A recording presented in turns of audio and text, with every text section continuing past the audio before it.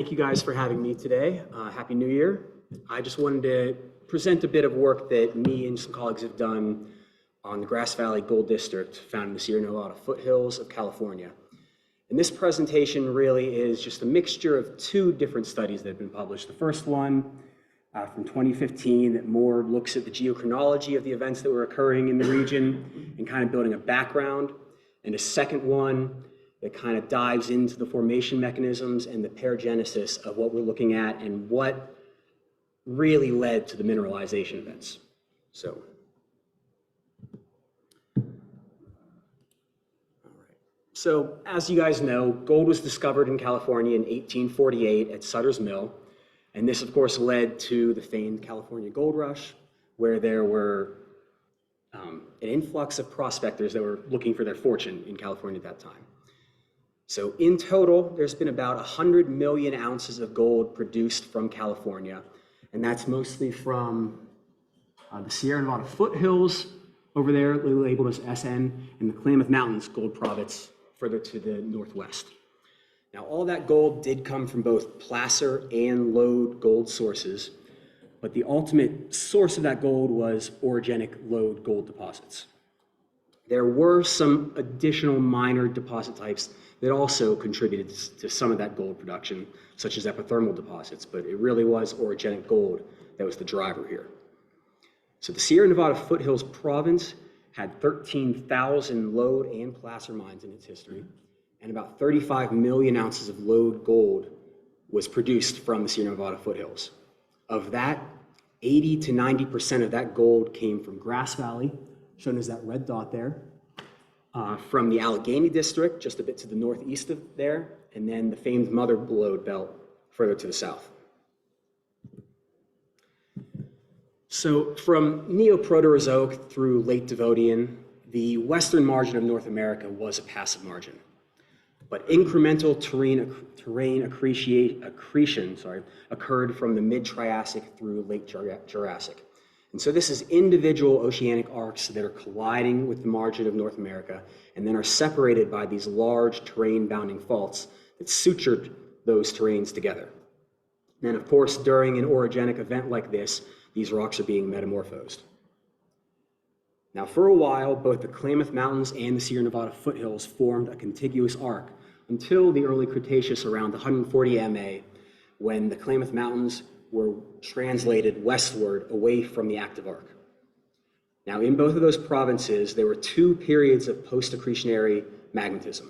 One that lasted from about 170 to 140 MA that affected both gold provinces, and a second one that started like 125, 120-ish, down to 85 MA that produced the Sierra Nevada batholith.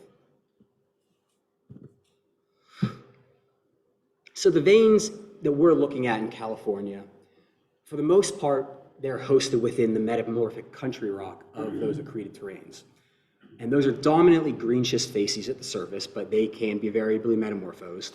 And of course, they are of variable protoliths also.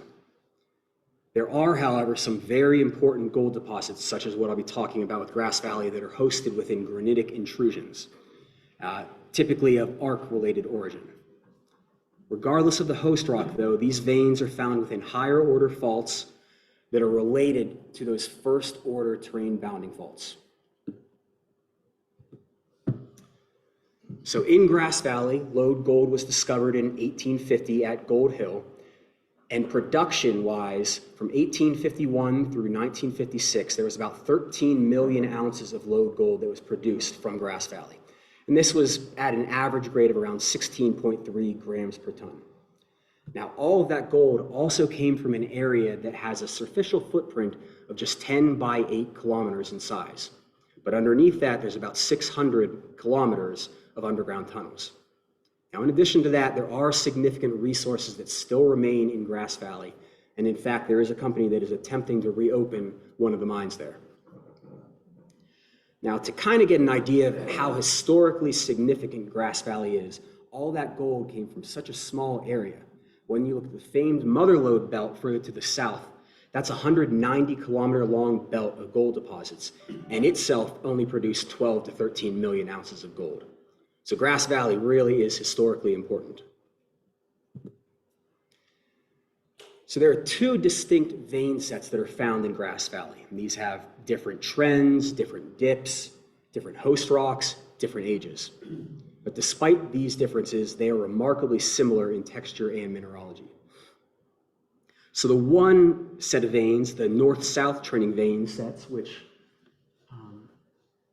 kind of are around the red blob in the center there, those are more or less north-south trending. They have moderate dips of about 35 degrees, and they're hosted within the granodiorite, shown in red there, and then the diabase that granodiorite intruded into. The veins of those north-south veins cut that lithologic contact undisturbed. Now the second vein set found just a bit to the northeast of there, these are the east-west trending veins. These have typically steep dips, and they're hosted within a tectonic melange of metavolcanic and gabbroic slabs that are entrained within a serpentinite matrix. Those veins are hosted along those lithologic contacts within that melange. And of interest because of critical minerals, that vein set actually produced tungsten from 1954 through 1957.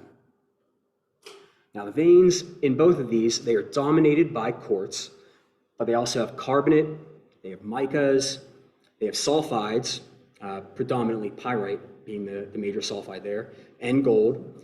And depending on the host rock, you could also have telluride minerals, you could have scheelite, or you could have phosphates.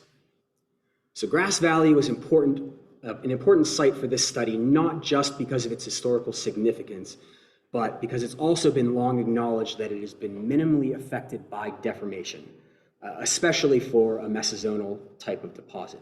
Now, it's certainly not to say that it isn't deformed or recrystallized, because it certainly is, but nothing like the extent that you might see in Allegheny to the north or things that are further to the south in the Mother Lode Belt.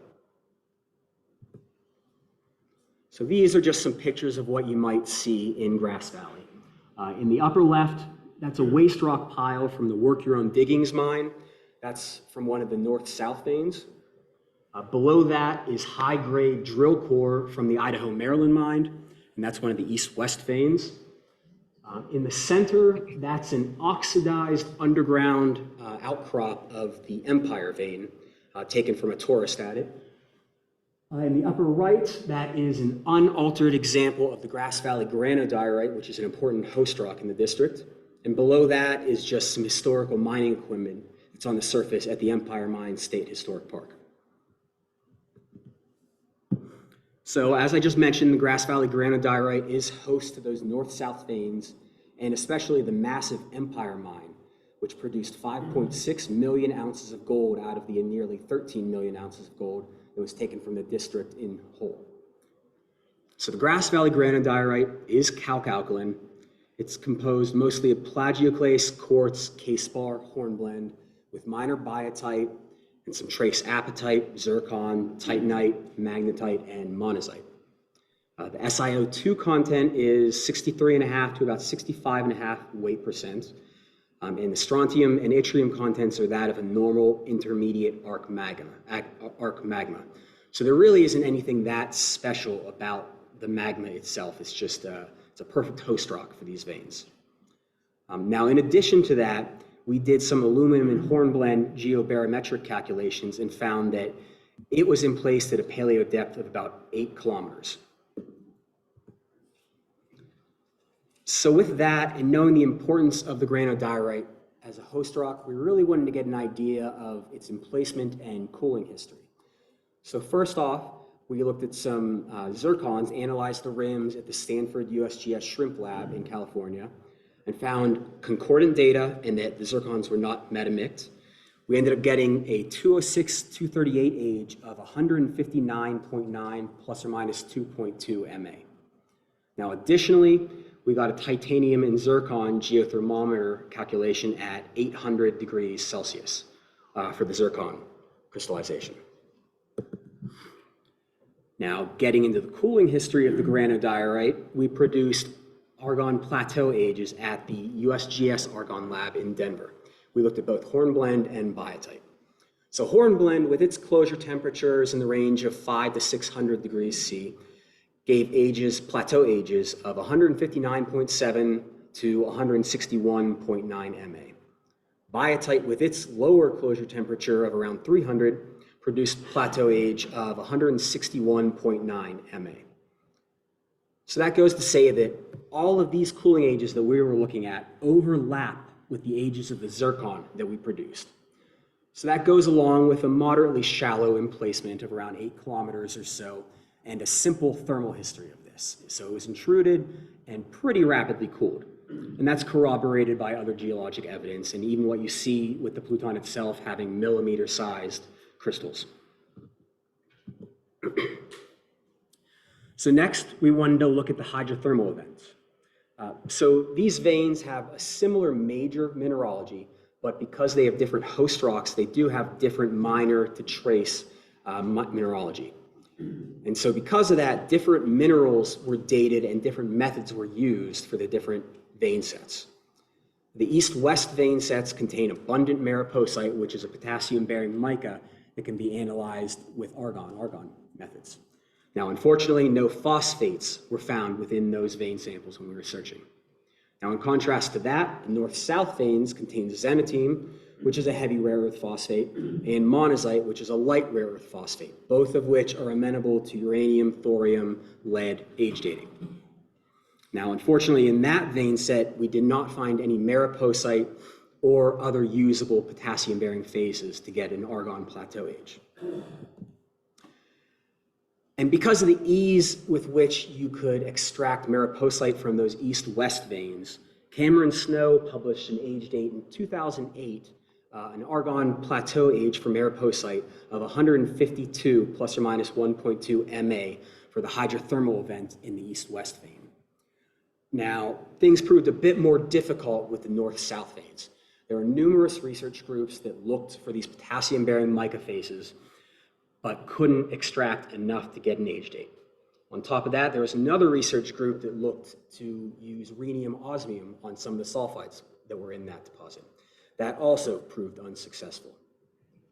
Luckily, we were able to locate microscopic monazite and xenotime crystals. And these tended to be pretty small. They're in the range of 5 to 10 microns. But luckily, we were also able to locate some that were larger, 15 to 20 microns in diameter, that were large enough to contain a 10-micron ion beam from the shrimp for analysis. So with that, we were able to get a 206, 238 age of xenotime that came out to 162 plus or minus 5 MA. And this data was concordant given the uncertainty within the analyses and also the relatively young age of these veins. In addition, we were able to extract 4 monazite crystals that were large enough to have the beam on it, and those gave an age similar to the xenotime ages, but of course with higher uncertainty given that it was only 4 grains. All in all, this says that there were 2 distinct hydrothermal events in Grass Valley. An older one that produced these north-south veins and a younger one that produced those east-west veins. Now, of course, though, because you want to be comparing these different minerals and different methods, you want to make sure you're comparing apples with apples. So we wanted to look for a deposit in the Mother Lode Belt that had been dated by previous researchers and that also contained these hydrothermal phosphates. So we found the Harvard mine. There were 2 previous research groups, one led by Aaron Marsh and another one by Cameron Snow, that published results in 2008, and these were argon plateau ages for mariposite at 130.9, 129.9, and 129.8 MA. Our study looked at xenotime from that and got an age of 130, plus or minus 4. So all those age dates were right at 130 together. And so these are, in fact, comparable ages and methods. And honestly, that shouldn't be too much of a surprise, given that this type of system crystallizes at or slightly below the closure temperature of mariposite for the most part. But the next question really gets to, for the north-south veins, we've got this overlapping hydrothermal age and magmatic age for the host rock. So how did those phosphates form? One potential was that they were xenocrysts. Now that doesn't really work out though, because in all of the samples that we looked at from the Grass Valley granodiorite, we did not find any xenotime crystals within the Pluton. Now additionally, we did find some subtle zonation on those hydrothermal phases that were not truncated along edges. And if that was the case, that these were ripped from the granodiorite, potentially broken during transportation into the vein, you might get something what you would see from that little cartoon up there with truncated growth banding. We didn't see any of that. Now, in addition to that, the monazite had unique chemistry, both with rare earths and with the actinides. So in the plot down there, the red dots represent hydrothermal monazite, all of which have pretty low thorium contents, about 1/10 of a weight percent. They also have low thorium-uranium ratios. Compare that with monazite plucked from the granodiorite, shown in blue, which has much higher thorium contents and thorium-uranium ratios. So all in all, these are not going to be xenocrysts that we are looking at. Next question is, though, are these metamorphic hydrothermal, like you would expect from a typical orogenic gold deposit, or could this potentially be an intrusion-related deposit, and this is magmatic hydrothermal? Well, something to keep in mind is that in an ongoing orogeny, there's of course going to be magnetism, there's going to be metamorphism, and there's going to be hydrothermal fluid generation. Just because there's an age overlap doesn't mean that they're necessarily genetically related, however. So in other words, correlation is not necessarily causation. So for an intrusion-related deposit, you would expect the chemistry of the magmatic hydrothermal fluids to be controlled by processes that are occurring at the magmatic stage prior to fluid exsolution. And there's been some mineralogical studies that have shown this. Petke published an article in 2005 that looked at the chemistry of hydrothermal zircon and found that it was nearly identical in chemistry to late magmatic zircon. Now, in addition to that, I'm undertaking a study right now that's doing the same thing with phosphates for various porphyry deposits and finding the same thing. The hydrothermal phases, the chemistry of those mirror what you're seeing within the pluton. Now, back to Grass Valley. The Grass Valley granodiorite as a whole rock has a negative europium anomaly due to plagioclase fractionation. When we're looking at magmatic monazite, shown in blue, down in the lower left, that also has a very strong negative europium anomaly. In fact, the europium was so low in that it was below detection limits of the microprobe that we were using. Now, in contrast to that, the hydrothermal monazite that we were looking at has a different profile, different rare earth ratios, and it certainly does not have this europium anomaly that the magmatic phases are showing. So yes, the ages do overlap, but the hydrothermal fluids that created these veins had to have been sourced externally from the magmatic system. So all in all, with Grass Valley, we know that the Grass Valley granodiorite, which is an important host rock for these, was intruded and cooled in the range of 162 to 160 MA. It was in place at elevated temperatures of around 800 degrees and at paleo depths of around 8 kilometers. And this is as the origin was largely unroofed at that point. Now, there's been some other studies that have looked at sediments shed to the west, and they found sediments dated from 175 to 160 that have been shed from that area. And another study that showed that green schist facies ridges within that Grass Valley area were already at the surface by late Jurassic to early Cretaceous. We have those north-south veins that formed within a solidified pluton and within thrust faults that formed during more of a compressional tectonic regime, also forming at similar depths to the granodiorite. And then we have the east-west vein set that formed within that serpentinite melange, with these veins, however, forming along lithologic contacts and in more of a transcurrent sinistral tectonic regime. Final exhumation of these veins to the surface occurred during the early Cretaceous, as recorded by Great Valley sedimentation. So of interest with that is that 160 MA age that we got for the north-south veins actually marks initiation of orogenic gold mineralization in California. And there's another recent study that we were conducting that does confirm this with new Argonne Plateau ages in a regional study of the Klamath Mountains. And there is at least 45 million years of episodic orogenic gold mineralizing events in California, from 160 down to 115, and these tend to correlate with some far-field stresses that we see within the Pacific Basin.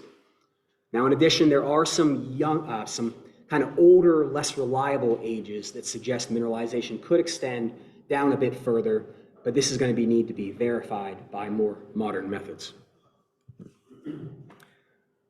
So now that we have a reliable tectonic framework and timing of mineralization has been established, we wanted to take a deeper dive into the formation mechanisms using any microanalytical work we were using, coupled with careful petrographic observations. So we wanted to look at primary textures and paragenic relationships that we could construct using these variety of techniques. One thing to look at is to remember that I previously mentioned that Grass Valley has long been acknowledged to be marked by minimal deformation for this type of deposit. So that's important for us to be able to establish a primary paragenetic sequence for an orogenic gold deposit that was not modified by later events. So these are some examples of some hand sample photos of the veins that you might see in Grass Valley. Now, these veins are predominantly milky white quartz. So the arrow in photograph A up there is just pointing to a lone pyrite grain that you find dispersed throughout these veins. Pyrite being the most dominant sulfide and coming in around 1.5% to 2.5% volume percent of the veins. In B over there, those arrows are pointing to euhedral interlocking crystals that had to have grown into open space to form the textures that they're showing. In C, you're looking at that dark gray quartz that has a lot of sulfides in it that is cross-cutting that milky white quartz. And then in D, you've got arrows pointing to these stylolites composed of chlorite and sulfides that are also cross-cutting that milky white quartz. So now getting into the paragenesis of these veins, going from earliest to latest. In our study, we were able to find 3 different types of quartz. We identified as Q1, Q2, and Q3. Now, Q1 was the most abundant phase in these veins, and that's that milky white quartz that you were seeing.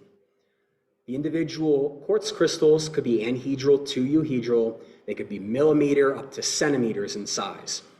And some of them do have that texture that you can see that they grew into an open space. Q1 overall lacks mineral inclusions within the quartz crystals and also lacks resorption features that we see in some of the later quartz crystals. You see growth banding defined by fluid inclusions, which is shown with some of the arrows in the upper 2 photographs, and some of which was partially destroyed by later recrystallization, so especially with the arrow in photograph B. Now, in addition to that, we do see some minor deformation in the veins, such as undulose extinction. This quartz is characterized by a short-lived CL that shows those quartz crystals have both oscillatory and sector zoning. And that short-lived cathodoluminescent response is characterized by blues, violets, and browns that rapidly degrade to a darker, kind of reddish-brown color. We also have these areas, you can see in part D, where those arrows are, these portions that have this wispy, kind of bright yellowish CL response that overprints that blue CL. And it also just so happens that those areas that have that CL response also coincide with areas that you can see in part C that has areas of abundant inclusions that have been modified post-entrapment. Regardless, with the lack of resorption features, the interlocking nature of some of the crystals, it is suggestive, and also just the growth banding with the fluid inclusions, it is suggestive of continuous growth of that quartz from overpressured fluids within a fault that was held open by those overpressured fluids. Now, next we have Q2 quartz. Q2 crosscuts Q1. It's composed of recrystallized finer grained polygonal quartz that is typically less than 200 microns in diameter. You find them in stylolites with pyrite and mica, shown in that upper left photo. You also see it along Q1 grain boundaries, like in part C. There we are, right there, like that. And also within fractures that cross-cut Q2. Overall, Q2 lacks abundant fluid inclusions, but does contain some secondary fluid inclusions, and most importantly, it does contain some rare primary fluid inclusions, especially in crystals that were formed within vugs. Now, as you can also see with this, the CL response of Q2 is generally similar to that of what you're seeing with Q1. Now, the sulfides that are associated with Q2 are dominantly arsenopyrite and pyrite. And in using high contrast backscattered electron images of these grains, we were not able to see any zoning within the pyrite, but we did find distinct zoning within the pyrite crystals. So the next main mineral to form, partially coincident with Q2, is pyrite. So we found 4 main pyrite zones that we denoted as P1 through P4. Now P1 and P2 form the cores of these pyrite crystals. P2 is differentiated from P1 by having a higher BSE brightness, but also minor element chemistry that was different, including having elevated invisible gold contents within P2. Now there's a thin P3 growth zone that mantles this, and the P2 domains actually originate at that thin P3 growth zone and then emanate inwards towards the crystal center. So in addition to that, the chemistry of the various pyrite zones might be slightly different between the 2 vein sets, and this is certainly most obvious with that P3 growth zone. Now in the granodiorite hosted veins, which you can see in the upper right, the zoning is really characterized by arsenic content. Now in contrast to that, the east-west vein set has this zoning that's characterized by enrichments in cobalt, nickel, and arsenic. So all of that really relates to the different host rocks that are hosting these veins. Now, importantly also is that within P3, you get tiny inclusions of gold and galena that are found just within that thin pyrite growth zone. You can especially see that in photo C. So that, coupled with the alteration origin of P2, indicates that the formation of that growth zone actually marks the first introduction of gold into those veins. Now, forming after all of that, though, is a euhedral P4 zone that rims the pyrite crystals. And there's actually a later stage of gold that forms after that. In part C, on the lower left corner of that, those white spots, that's actually gold. So you also see gold rimming the later P4. Importantly, P1 through P3 formed synchronously with Q2, but the P4 zone formed later. So this is just another close-up that can kind of give us good evidence for when that first gold event was occurring. So in part B, that's a blow-up of the larger rectangle up there. You can see those thin galena crystals that are strung out just within that growth zone. Going down to C, you see a fracture that is actually infilled with gold, and that terminates right at that P3 growth zone and does not extend into P4. So that right there is great evidence for when this first gold event was occurring. So next, we're looking at Q3 quartz. Q3 rims Q1 and has very few secondary fluid inclusion trails and no primary fluid inclusions. It's unresponsive in CL, so it just shows up as black, which is a great way to differentiate Q3 from Q1 or Q2. There is some resorption of Q3, let's see, like right there, when it's in contact with some golds and sulfides that results in that scalloped grain boundaries, which also gives us information that that quartz was there prior to that gold and sulfides coming in and partially resorbing that quartz.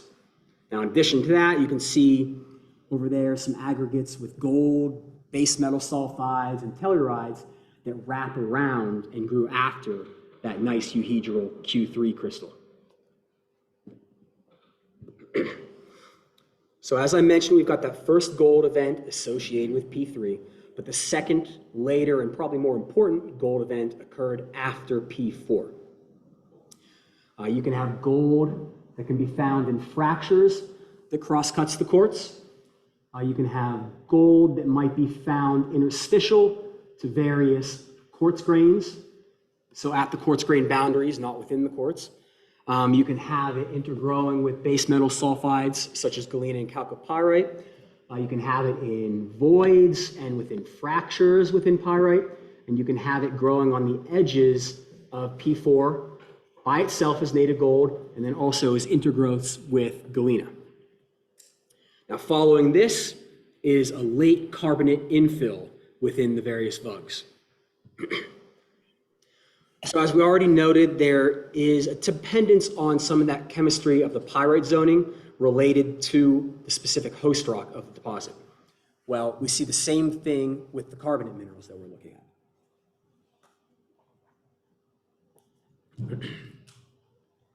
So over here, these are carbonates for the north-south veins, which are hosted within that granodiorite. And you really have just calcite and siderite as the carbonate phases within those veins. Compare that with the more mafic to ultramafic hosted veins in the east-west, and you end up getting dolomite and magnesite. So there is dependence on the host rock to what the chemistry of the carbonates is that we're going to be looking at. So based on our careful examination of the mineralogy and textures, we're able to establish a paragenetic sequence of the main minerals that made these veins. So first, we had Q1 that made the bulk of the quartz within those. Cross-cutting that, you've got that Q2 growth and associated P1 through P3 zones of those pyrite crystals. And we also have that first generation of gold associated with P3. Following that, you've got the Q3 and P4 growth. And after all of that, that's when you're getting the main growth of native gold, of the tellurides, and of those base metal sulfides. After that, you get the vug-filling carbonate. So now that we know this, we can really try to deduce what mechanisms led to this sequence of events and what was occurring during quartz precipitation, and importantly, what was occurring during gold mineralization. So a way to tackle this problem is to utilize fluid inclusions.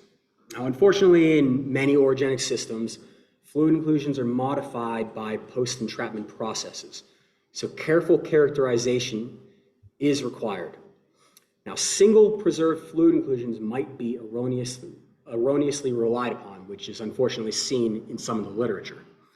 You can only use carefully defined fluid inclusion assemblages that might yield reliable microthermometric data. However, the existence of modified inclusions can be geologically interpreted if they are also carefully placed within a paragenetic sequence. Now, Q1 growth zones are defined by those fluid inclusions, such as what we're seeing there.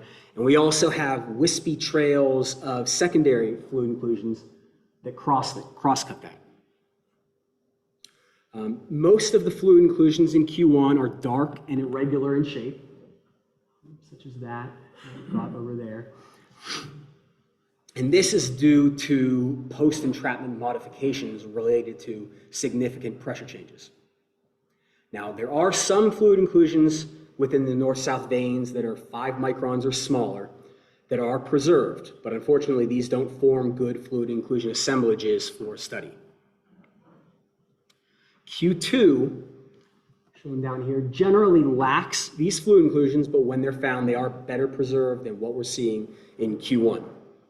And in Q2, when those crystals grew into vugs, we might find some primary fluid inclusions that are 3 to 10 microns in diameter that have consistent phase proportions and formed immediately prior to that Q3 overgrowth. They have smooth negative crystal shapes and homogenization temperatures of 135 to 140 degrees C. Salinities in the range of 3 to 4 NaCl equivalents. Now, I should have said that on this slide I've been focusing on the north-south veins just because of the higher abundance of fluid inclusion assemblages that we could study from those veins. Now, there are also secondary fluid inclusions that are preserved in Q1 and Q2 that have similar temperature data results as what I just mentioned for those primary fluid inclusions. Q3, however, has no primary fluid inclusions, but does have secondary fluid inclusions that yielded higher homogenization temperatures of around 190 to 220 C.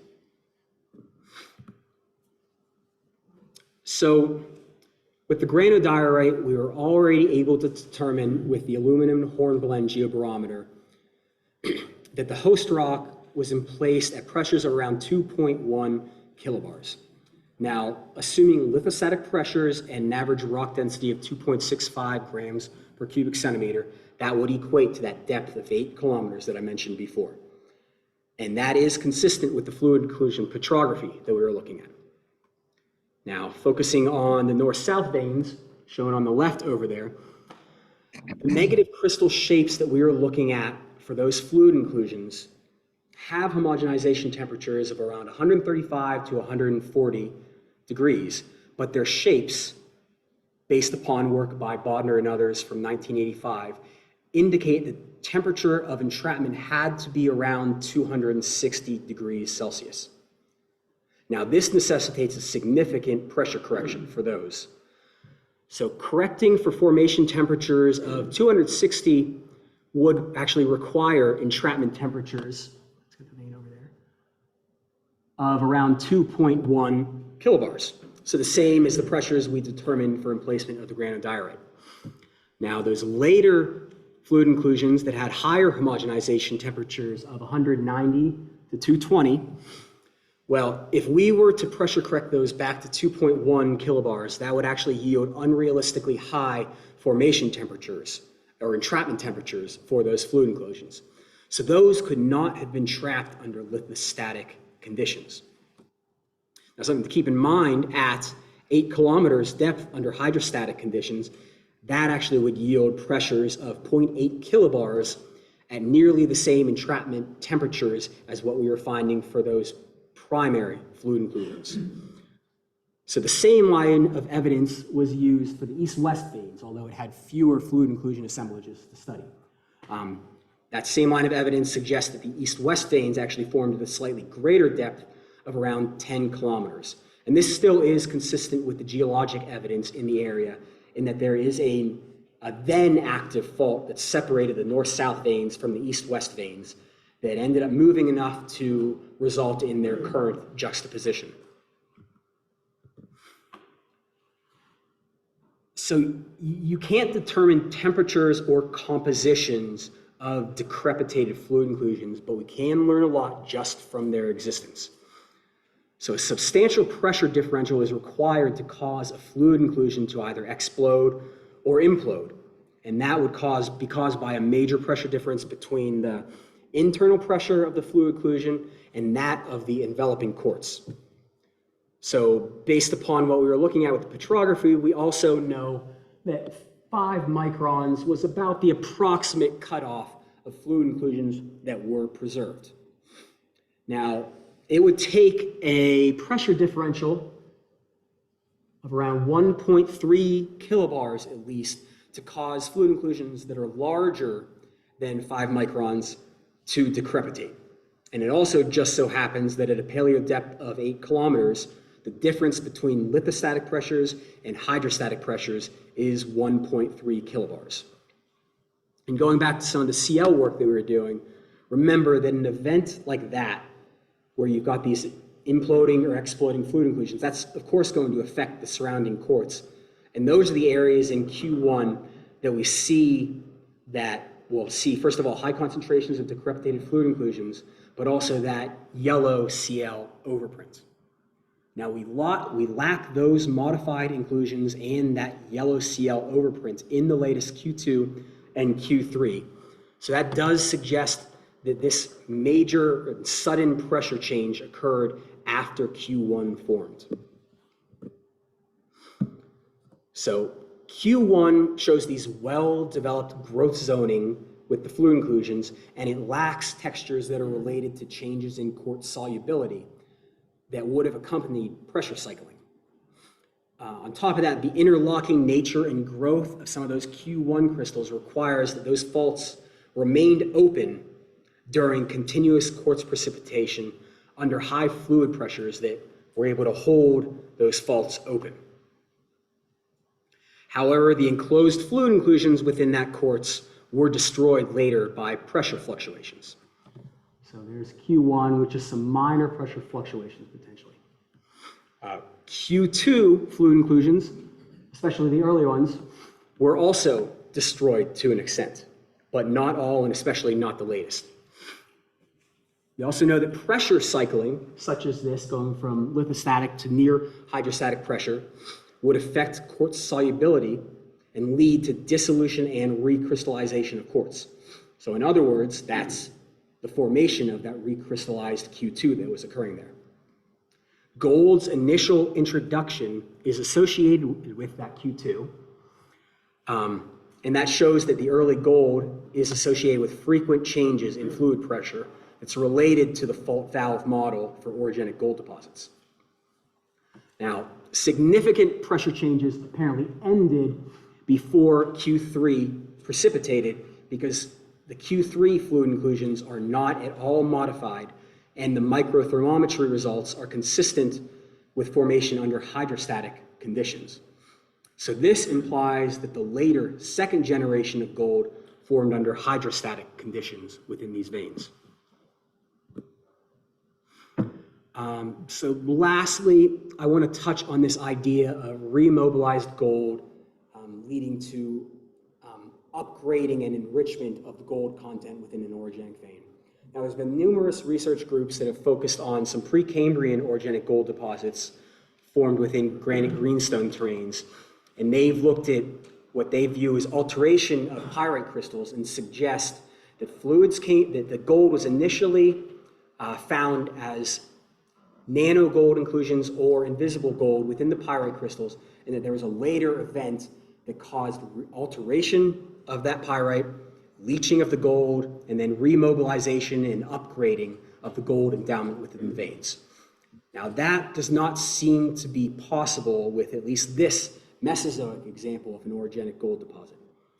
First of all, the P2 zones are the altered zones within these pyrite crystals, and those are the ones that actually have the highest invisible gold content of any of the pyrite zones that we are looking at.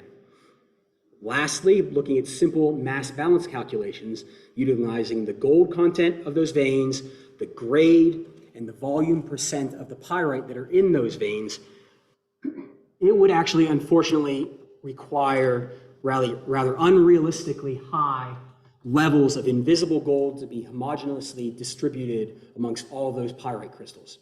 And those values, of course, are much higher than any of the values that we determined from our analyses. So yes, certainly it does not appear that gold was remobilized within these veins. It was precipitated primarily from the hydrothermal fluids.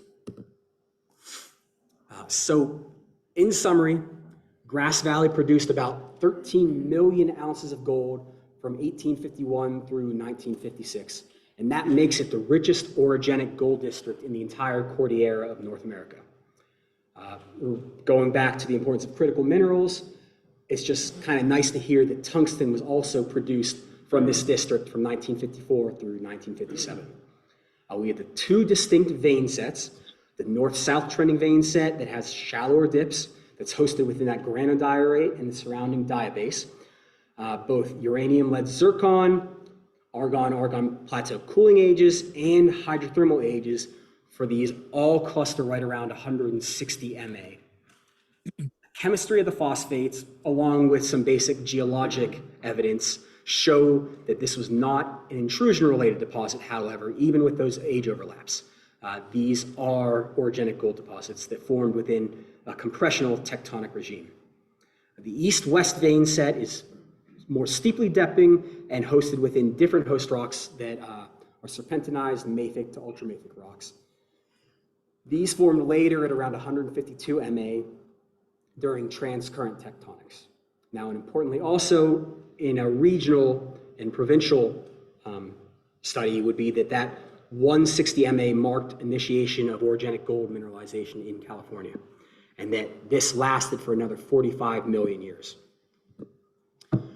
The veins are predominantly of that milky white quartz with 1.5 to 2.5 volume percent pyrite. And we can see with the hand samples and with our petrographic work that we had 3 different types of quartz, 4 different pyrite zones, and then within each vein set, there were 2 different events that introduced gold. one associated with P2 and P3 and Q2, and another one that occurred after all of the pyrite and quartz was precipitated. Our use of fluid inclusions showed that these modified fluid inclusions helped define those growth zones in Q1, which formed under lithostatic pressures. There's wispy secondary fluid inclusions and cross-cutting microfractures within that. We also have both modified and preserved primary fluid inclusions in this recrystallized Q2 that does prove pressure cycling was occurring during Q2 formation. And we have rare preserved fluid inclusions in Q3 that were formed under hydrostatic conditions. So all in all, with an orogenic gold deposit like this, it really is the importance of these changing pressure regimes that can be associated with different quartz and also with different gold events, but also the importance of this fluid rock interaction.